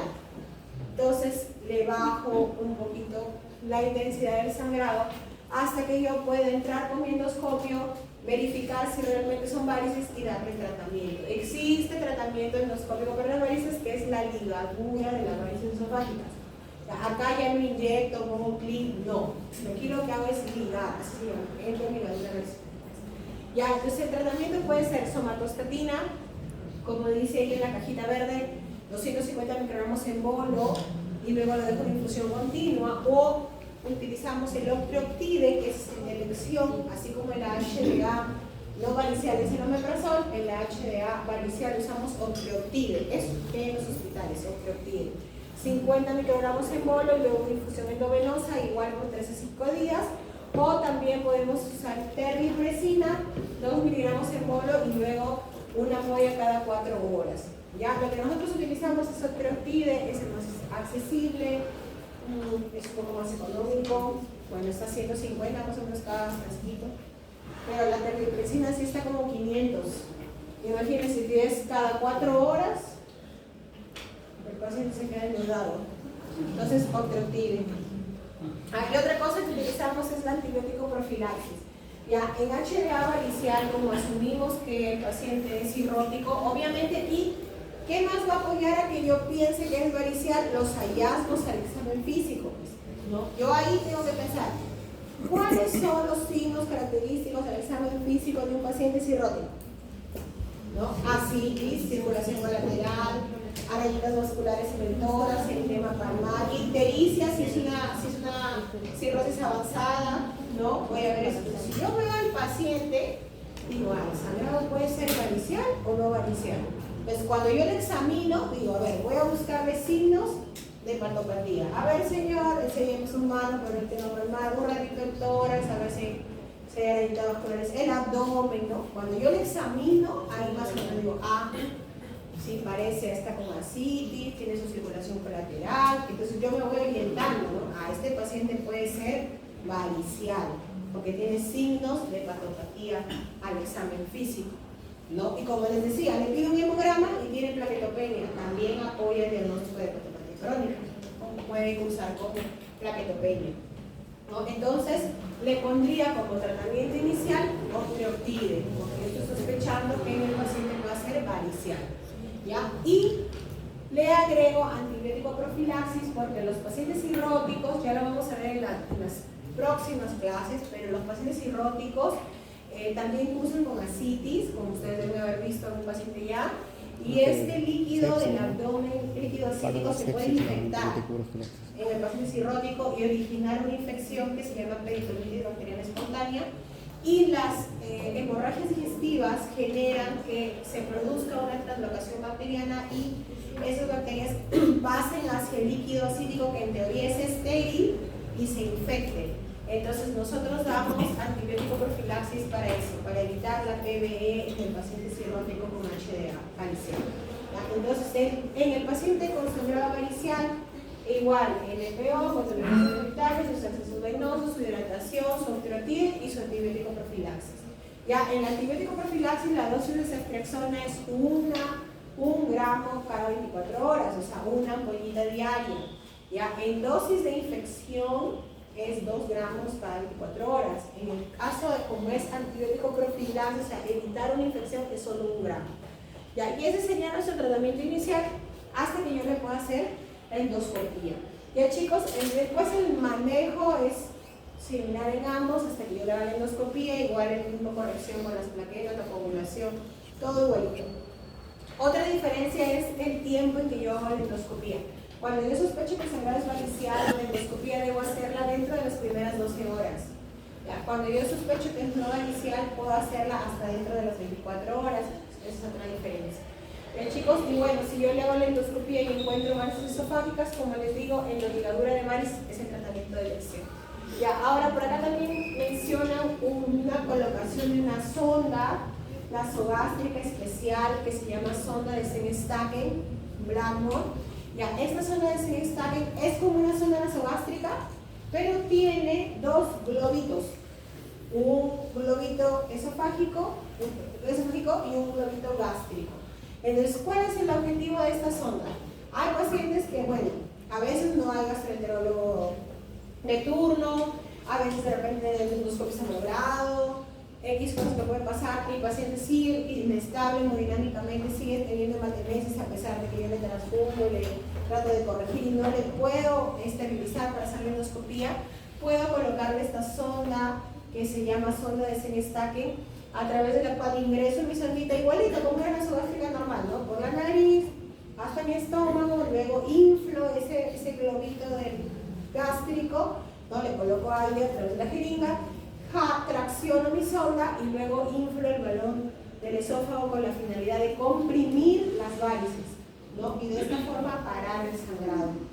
Eso es una medida de emergencia, de urgencia, si es que el paciente sigue con inestabilidad hemodinámica, o sea, no lo puedo compensar para la endoscopía, o si de repente no hay endoscopio que esté operativo, de repente no hay gastroenterólogo, de repente yo estoy en un hospital, no sé, nivel 1 o 2, y no hay gastroenterólogo hasta dentro de 3 días, y el paciente no lo voy a dejar morir, ¿no? Entonces, ¿qué hago? Le doy todas sus medidas generales que ustedes han visto, le coloco la sondita y lo refiero a otro hospital, ¿no? La sondita puede estar de 24 a 48 horas, luego si tiene que desinsuflarse para poder hacer el tratamiento endoscópico. Entonces, es una forma que nosotros usamos cuando no podemos estabilizar al paciente para las endoscopías, ¿ya? Entonces, eso es con respecto a la HDA, ya sea varicial y no varicial, ¿ya chicos? Ahora, luego tenemos el otro grupo de hemorragias digestivas que viene a ser la hemorragia digestiva baja, que sería todo aquel sangrado digestivo que ocurra por debajo del abdomen, ¿no? Teniendo incluido parte del intestino delgado, que sería yeyuno, idio, colon, canal anal, recto, ¿no? Entonces, causas, vamos a ver acá, desde displasias, colitis isquémicas, infección, presencia de pólipos, cáncer colorectal, también puede causar una hemorragia digestiva, divertículos, ¿no? Enfermedad diverticular complicada con sangrado, hemorroides, fisuras anales, ¿no? Pueden ser causa de hemorragia digestiva baja. ¿Ya, chicos? Y acá la manifestación clínica es en dos grupos. Puede ser hematoquesia, como vimos, sangrado rojo venoso correcto, sin inestabilidad hemodinámica, y rectorragia, que es el sangrado rojo, vivo, rutilante, ¿ya? Rojito, rojito. Así es el sangrado de la rectorragia, ¿ya? Y cuando es el sangrado rojo, vivo, así rutilante, yo debo pensar que la causa es a nivel de canal anal o recto, ¿ya? Cuando el sangrado es tipo hematoquesia, rojo, venoso, como sin coágulos, yo debo sospechar que el sangrado es más alto, o sea, de colon. ¿Ya? Es otra forma también para que más o menos ustedes se orienten. Y vemos que acá hay múltiples causas. La más frecuente es el sangrado diverticular en un 65%. Las colitis isquémicas, sobre todo en pacientes que son cardiópatas, nefrópatas, suelen hacer isquemia intestinal y se forman úlceras en el colon y estas obviamente sangran y el paciente viene con hematoquesia. Cánceres colorectales también pueden manifestarse con sangrado digestivo bajo, enfermedad inflamatoria intestinal tipo Crohn, colitis ulcerativa, que también se forman lesiones en la mucosa colónica, disenterías, ¿no? Las colitis infecciosas que son diarreas con sangre, también úlceras rectales en pacientes inmunodeprimidos, ¿no? Pacientes inmunodeprimidos que tengan citomegalovirus, Epstein-Barr, herpesvirus, pueden formar úlceras en la zona rectal, o también los pacientes que tienen proctitis por radiación. ¿Ya? Los pacientes que la proctitis por radiación, chicos, es inflamación del recto. Itis es inflamación, procto significa recto, proctitis, ¿ya? Inflamación del recto por la radiación. Esta es una patología que es frecuente en aquellos pacientes oncológicos que han sido sometidos a radioterapia. La radioterapia es un tratamiento oncológico en la cual se le emite radiación al paciente en altas dosis en varias sesiones repetidas, ¿no? Aproximadamente un promedio entre 28, 26, 30 sesiones de radiación. ¿Ya? ¿Qué pacientes son sometidos a radioterapia? Generalmente, en el caso de las mujeres, cánceres ginecológicos, no endometrio, útero, cuello uterino, que van a radioterapia, y en el caso de los varones, los cánceres de próstata, ¿ya? Y en el caso gastrointestinal, los cánceres de recto inferior también van a radioterapia como parte del tratamiento. Entonces, la radiación lamentablemente no puede ir dirigida solo al tumor, va hacia toda la zona pélvica y puede generar inflamación del recto y formación de vasos sanguíneos anormales, y estos son los que sangran. ¿Ya? Entonces, si yo tengo un paciente que cuando me cuenta su caso, me dice que él ha tenido un cáncer de este tipo y que ha sido sometido a radiación y que ahora viene por rectorragia, pues yo debo sospechar de que puede ser una proctitis por radiación, ¿no? A pesar de que la frecuencia sea baja, miren, en comparación con el sangrado diverticular, de 0 al 2% nomás es causa de sangrado digestivo bajo. Pero en el contexto de mi paciente probablemente sea la primera causa. Ya, radiación de radioterapia, ya, no que doctora, a mí me hicieron mi radiografía, mi tomografía, eso también emite radiación. Emite radiación, pero la dosis es mínima. En el caso de la radioterapia, como es un tratamiento para eliminar células cancerosas, la radiación son bastante altas, que les produce hasta que no dure de la piel a los pacientes. Entonces, siempre en ese contexto hay que pensar en proctitis por radiación. ¿Ya? Al igual que en la HDA, en la evaluación inicial, hay que preguntarnos sobre los antecedentes familiares, personales, consumo de medicamentos. Acá también preguntamos sobre los AINES. ¿Ya? Los AINES no solamente generan úlceras gástricas o duodenales, también pueden generar sangrado de los divertículos. ¿Ya? Entonces también está asociado a sangrado diverticular. Valoramos el estado hemodinámico del paciente, si ha habido síncope, ¿no? Bueno, el nivel de conciencia está asociado a síncope, los signos vitales. Vemos si es necesario pasarle fluidos, cristaloides, coloides, transfusiones, ya sea de paquetes globulares, plaquetas, plasma fresco, tal cual la evaluación del HDA. ¿Ya? Y también vamos a valorar algunos síntomas asociados. ¿no? Por ejemplo, si yo tengo un paciente con sangrado digestivo bajo asociado a dolor abdominal o diarrea, puedo sospechar en que tengo una colitis isquémica, una colitis infecciosa o una enfermedad inflamatoria intestinal como Crohn colitis ulcerativa que se presenta así, con dolor abdominal, ¿no? Con diarrea, con sangrado. ¿Ya? En otros pacientes como los que cursan con sangrado diverticular, como dice ahí, hemorroides, úlceras, el paciente no tiene dolor abdominal, solamente tiene sangrado, no tiene diarrea, tiene sangre franca. ¿Ya? Y si se asocia a pérdida de peso o alteración del ritmo evacuatorio, yo puedo sospechar de malignidad, o sea, cáncer colorectal, ¿no? Doctora, yo todos los días hacía mis deposiciones, en la mañana me levantaba, me iba al baño y ya todo bien.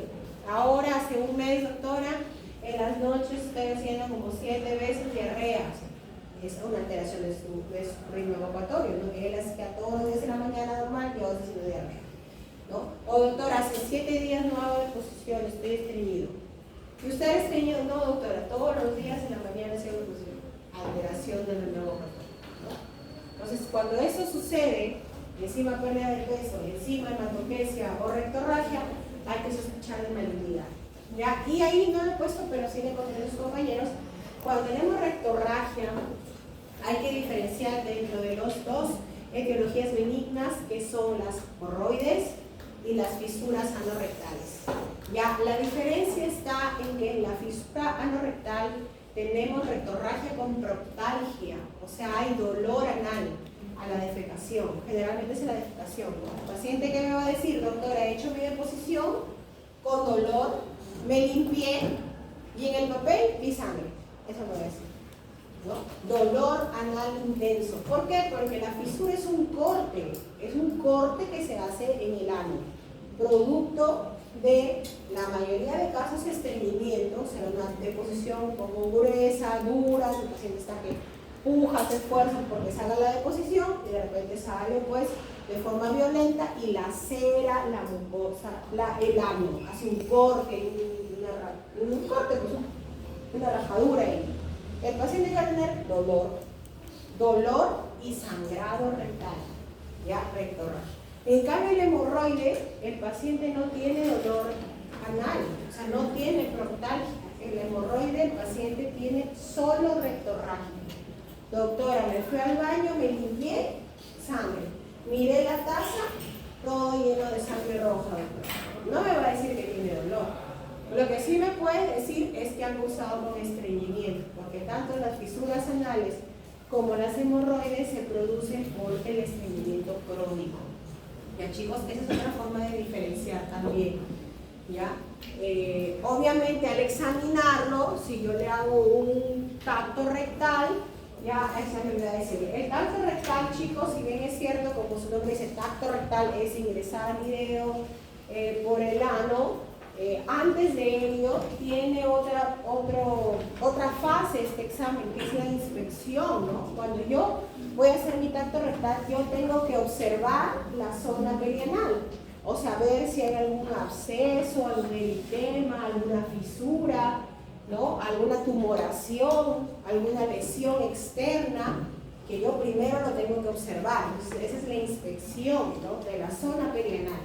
Y luego, recién hago mi tacto rectal. ¿Ya? No es que ya, señor, un ratito espere y se defiende el tacto rectal. No, tengo que mirar primero la zona perianal. Porque a veces el paciente viene diciendo rectorragia, yo le examino y acá le muestro el corte. ¿No? Ahí está la fisura, ¿es la fisura, señor? Ya no necesito hacerle ni proctoscopía, ni colonoscopía, ni nada, porque la fisura está ahí evidente, ¿no? Entonces, nos ayuda eso también. El tacto rectal tiene dos fases, la fase de inspección perianal y la fase de la digitalización en sí, o sea, de ingresar ya mi dedo y valorar lo que yo les decía, la tonicidad del esfínter, si palpo algo en la parte inferior, alguna irregularidad, masa y duración, y la coloración de mi dedo de guante, ¿no? Eso entonces son las cosas que yo valoro en el tacto rectal. ¿Ya? Y bueno, en el diagnóstico, ¿no? El diagnóstico en este caso ya no vamos a hacer endoscopía, sino vamos a tener que hacer colonoscopía. Ya también se debe hacer dentro de las primeras 24 horas de que se produce el evento del sangrado Ya, bueno, a diferencia de la endoscopía, que solamente necesito ayuno, en la colonoscopía el paciente se tiene que preparar, tiene que tomar unos sobres laxantes especiales para que el colon se limpie, porque recuerden que al final el colon y el recto tienen heces, ¿no? Y si yo ingreso solo con el ayuno, no voy a poder observar porque todo se va a ver de heces. Entonces tengo que hacerle la preparación intestinal con unos sobres laxantes. Ya, si el paciente está estable hemodinámicamente, nuevamente lo menciono. Ya, ahora hay otros exámenes que yo puedo hacer si mi paciente está con inestabilidad hemodinámica, ¿no? Puedo hacerle una angiografía por tomografía, puede ser una angiografía con embolización, que ya son procedimientos que se hacen por radiología intervencionista, ¿no? ¿En qué casos? En el caso en que el paciente tenga un sangrado masivo, que tenga inestabilidad hemodinámica, que yo no pueda lograr prepararlo con los laxantes para hacer la colonoscopía, este paciente debería ir a este examen que se llama angiografía con embolización, en el cual se ubica la arteria o el vaso o la vena que está sangrando y se coloca una sustancia coagulante, por decirlo así, para generar un trombo y parar el sangrado. Eso se llama angiografía con embolización, ¿ya? Entonces, esto generalmente lo hace el radiólogo intervencionista. Y si no tenemos radiólogo intervencionista, la mayoría de pacientes va a cirugía, ¿no? Entonces, si yo tengo un paciente con HDV y le hice una colonoscopía y ubiqué el sangrado y lo traté, ¿no? Y luego el paciente resangra, puede optar, así como en el caso del HDA, hacer un segundo tratamiento endoscópico y si este ya es fallido, va a cirugía de emergencia. Lo otro es que el paciente sea politransfundido, no más de 5 paquetes regulares en las primeras 24 horas, asociado a un sangrado continuo, también va directo a cirugía. Y pacientes que tengan sangrado activo y que a pesar de que le hayamos hecho colono, angiotomografía, angiografía, no ubicamos de dónde sangra, también va a cirugía. ¿Ya? O sea, hacen la paratomía exploratoria para ver de dónde está sangrando el paciente. ¿Ya, chicos? A veces nos llaman a nosotros los gastroenterólogos para que intraoperación, ellos hacen un huequito, un cortecito a nivel del intestino y nosotros ingresemos con nuestro equipo para valorar el segmento, algún segmento intestinal y ver si hay la etiología del sangrado, ¿no? La mayoría de casos siempre tratamos de ser conservadores, ¿no? Conservadores porque se resuelve, ¿no? Por ejemplo, si es sangrado diverticular, el 80% de los sangrados diverticulares se resuelven solitos. Ya, solitos, solamente con tener al paciente con reposo digestivo, si hay NPO, ese sangrado resuelve. Porque si no, chicos, qué bueno fuera que sea un solo divertículo, ¿no? El colon tiene un montón de divertículos. Entonces, imagínense, ¿qué tendríamos que hacer? Sacarle todo el segmento del colon al paciente. Entonces, lo dejaríamos con medio colon, o si el paciente tiene todo el colon lleno de divertículos, lo dejaríamos sin colon ya. Tenemos que sacarle todo el colon. Entonces, para evitar eso, nosotros lo que hacemos es el tratamiento conservador, que es darle las medidas generales que hemos visto, ¿no? Y ver que el sangrado pare. En el caso de la HDV no usamos omeprazol, si se dan cuenta, no usamos tampoco etiología y somatostatina, solo es tratamiento de soporte, ya con hidratación y transfusiones a demanda, ¿ya? Luego tenemos el otro grupo, que es la hemorragia de intestino delgado, que vimos que solamente era en el 10% de los pacientes. Ya, dos escenarios ahí en esa cajita verde. Nosotros tenemos solo dos escenarios en los cuales puedo sospechar que el sangrado es intestino delgado. Ya, y esos escenarios son paciente que venga con hemorragia digestiva evidente, ¿no? Melena o hematoquesia. Que yo le haya hecho mi endoscopía y no haya encontrado de dónde sangra. O sea, su estómago, su esófago, duodeno, limpiecito. ¿Ya? Entonces digo, debe ser del colon. Le hago la colono. Y en la colono tampoco encuentro causa de sangrado. Entonces yo digo, ¿y entonces de dónde está sangrando el paciente? Intestino delgado. Recuerden que la endoscopía, chicos, solo llega hasta la segunda porción del duodeno, máximo hasta la tercera porción. Y la colono solamente llega hasta los 10 últimos centímetros de ilio. O sea, no podemos progresar más. Entonces, nos queda un gran segmento de intestino delgado, ¿no? Y hay uno ilio que nosotros no podemos evaluar. Entonces, si yo tengo un sangrado digestivo evidente, melena o hematoquesia, con estudios endoscópicos altos y bajos negativos para origen del sangrado, debo sospechar de que se trate de una hemorragia de intestino delgado. Ya, el otro escenario es aquel paciente que no tenga un sangrado evidente, o sea que el paciente no vea sangre, sino que de repente curse con una anemia por déficit de hierro, ¿no? Una anemia microcíclica hipercrónica, y que tenga un resultado de Teveron en ese positivo, ¿no? Que nos indica sangrado oculto. En el examen de Teveron, si tuvieses positivo, nos indica sangrado oculto. Entonces, si mi paciente tiene Teveron en esos, con anemia por deficiencia de hierro, y yo le he hecho su endoscopía y yo encuentro causa del sangrado, yo le he hecho su colonoscopía, o sea, yo encuentro la causa de la anemia y del Teveron en heces, también debo sospechar de que se trate de un sangrado del intestino delgado. ¿Ya? ¿Y qué exámenes hago yo acá? Utilizo la cápsula endoscópica. La cápsula endoscópica, chicos, como su nombre lo dice, es una cápsula que es una cámara, es una camarita que el paciente toma, como si tomara una pastilla. Y esta camarita hace todo el recorrido de la digestión y empieza a tomar fotos de todo el recorrido y del intestino delgado. Fotos. La duración de la cápsula por lo menos 8 horas.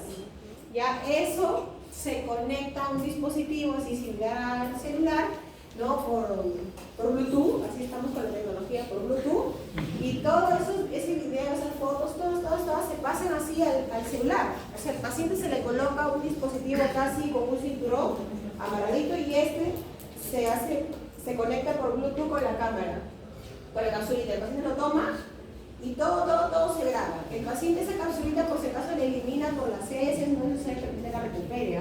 Toda la información queda aquí. Luego esto, así como un cablecito USB, lo pasamos a la computadora que tiene el programa, lógicamente, de la cápsula, y se puede bajar todo el video del recorrido de las 8 horas de la cápsula, y eso nos ayuda a poder observar todo ese tracto del intestino delgado que no hemos podido ver ni con la endoscopía ni la colonia.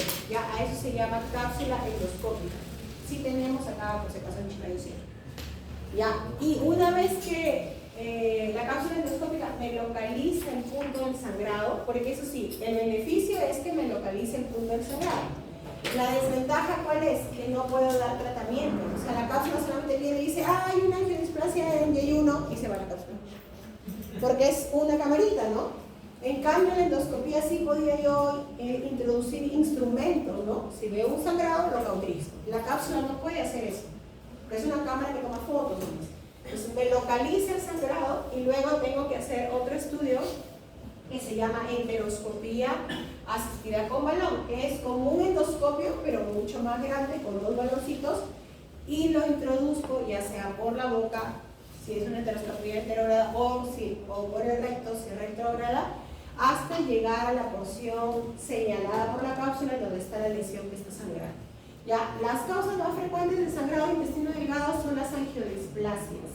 Ya, las angiodisplasias, que como les venía diciendo durante la clase, son neovasos que se forman en la mucosa gástrica.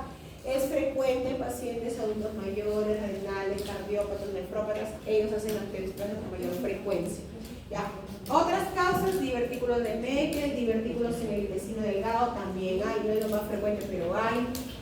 ¿Ya? Lesiones de la foid, neoplasias, ¿no? Puede haber cáncer de duodeno, sí, puede haber cáncer de duodeno, de yeyuno, de ilion, sí, puede haber. No es tan frecuente, miren, solo del 5 al 7% de todas las neoplasias digestivas son las del intestino delgado. ¿Qué quiere decir? Que es más frecuente que encuentre un cáncer gástrico que un cáncer intestinal, ¿no? Las úlceras, por si acaso los AINES también pueden formar úlceras a nivel del intestino delgado, y las angiodisplasias, también llamadas angioptasias, que es la causa principal de hemorragia de intestino medio. Los divertículos que vemos ahí que no es tan común, y eso es lo que les decía de la cápsula, ¿no? Para la cápsula, chicos, el paciente se tiene que preparar. Miren, acá está la cápsula, es lo que les decía, como una pastilla normal, una cápsula, que es una camarita, ¿ya? Y esto el paciente lo ingiere y empieza la camarita, como vemos acá, a moverse el intestino y a tomar fotos y grabar videos, ¿no? Eso lo podemos bajar en un sistema y mirar todo el video para tomar fotos. El programa te permite parar, tomar fotos, coger imagen, todo en la computadora ya, ¿no? El paciente, lógicamente, como les digo, lo elimina, eso, porque eso al final se vence, lo elimina y todo queda registrado en este dispositivo y este es lo que nosotros pasamos de información. Ya, para este procedimiento, el paciente también se tiene que preparar con los sobrecitos laxantes. En el caso de la Polonia usamos 4 sobrecitos laxantes de polietilenglicol, que se llama laxante. En el caso de la cápsula solamente usamos 2 sobrecitos, ¿ya? Y al paciente no se le seda, ¿no? El paciente no se le introduce nada más que le decimos, señor, tome su cápsula, como si tomara una pastilla normal, ¿ya? Y ese es el enteroscopio, que es el dispositivo que les decía, con un enteroscopio con 2 balones, ¿no? Háganse la idea que el intestino es como un acordeón, ¿no? Como un acordeón. Entonces, ¿qué hace el equipo con esos 2 balones? Ingresa el equipo, con un balón se ancla en el intestino y sigo avanzando y o sea, como que remando el intestino para yo poder avanzar. Porque recuerden que el intestino tiene metros de longitud, ¿no? Entonces no voy a llegar con tanta facilidad. Esto nos permite tomar biopsia, hacer hemostasia, hacer cauterizar si es que encuentran una angiodisplasia. El tratamiento de la angiodisplasia es la cauterización. O sea, quemar la angiodisplasia para que no sangre, ¿ya? No hay otra forma, no hay jarabe, no hay apoyo, no hay pastilla, nada que desaparezca la angiodisplasia, ¿ya? Y si es un tumor, pues podré tomar biopsia, ¿no? Y si es una úlcera, bueno, si no está activo, eso cicatriza solo, para eso sirve, ¿ya? Y nada más, eso sería todo. Ya, chicos, pueden ir.